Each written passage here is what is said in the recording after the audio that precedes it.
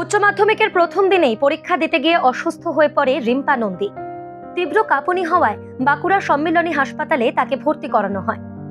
শারীরিক অবস্থার অবনতি হওয়ায় উচ্চ মাধ্যমিক পরীক্ষার দ্বিতীয় দিনে পরীক্ষা দিতেই পারল না বাঁকুড়া টাউন গার্লস স্কুলের ওই ছাত্রী। হাসপাতালের ফিমেল এইচডিইউ ওয়ার্ডে চিকিৎসাধীন রয়েছে রিম্পা। না, কালকের মেয়েটি তো আজকে পরীক্ষা দিতে পারলো না। তার আজকেও সে একই সেম কন্টিনিউ করছে যে কাঁপুনি হচ্ছে। অ্যাসিস্ট্যান্ট সুপার স্যারদের সঙ্গে আমার দফায় কালকে রাত্রি থেকে আলোচনা হচ্ছে যাতে ওর ভালো ট্রিটমেন্ট হয়, এবং স্যাররাও খুব ভালো ট্রিটমেন্ট করার চেষ্টা করছেন, কিন্তু কাঁপুনি যতক্ষণ না বন্ধ না হচ্ছে পরীক্ষা দিতে পারবে বলে মনে হয়।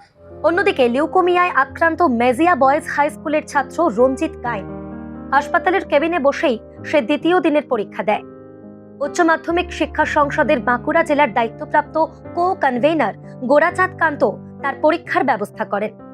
তার এই উদ্যোগে খুশি রঞ্জিত কায়েনের পরিবার। ছেলেটি একদম পরীক্ষার আগের দিন থেকে সমস্ত ব্যবস্থাপনা আমি এসে করে গেছি, কোন কেবিনে বসবে, কিভাবে তাকে অন্য জায়গায় শিফট করা হবে, সমস্ত ব্যবস্থাপনা করে কালকের থেকে সে নির্বিঘ্নে পরীক্ষা দিচ্ছে। আজকেও সে পরীক্ষা দিতে পারছে। সকলের, আমাদের ডিএসসি টিমরা এসছেন, সবাই এসছেন, সকলের সম্পূর্ণ সহযোগিতা এবং হসপিটাল কর্তৃপক্ষর সহযোগিতায় ছেলেটি খুব নির্বিঘ্নে পরীক্ষা দিচ্ছে। খুব সুন্দর, সে কোনো ডিস্টারবেন্স নেই, কিছু নেই স্যার, একদম পরীক্ষাতে কোনো অসুবিধা হয়নি? না স্যার। স্যাররা তো আসছেন, কথা বলছেন? হ্যাঁ, স্যাররাও খুব সাহায্য করেছেন।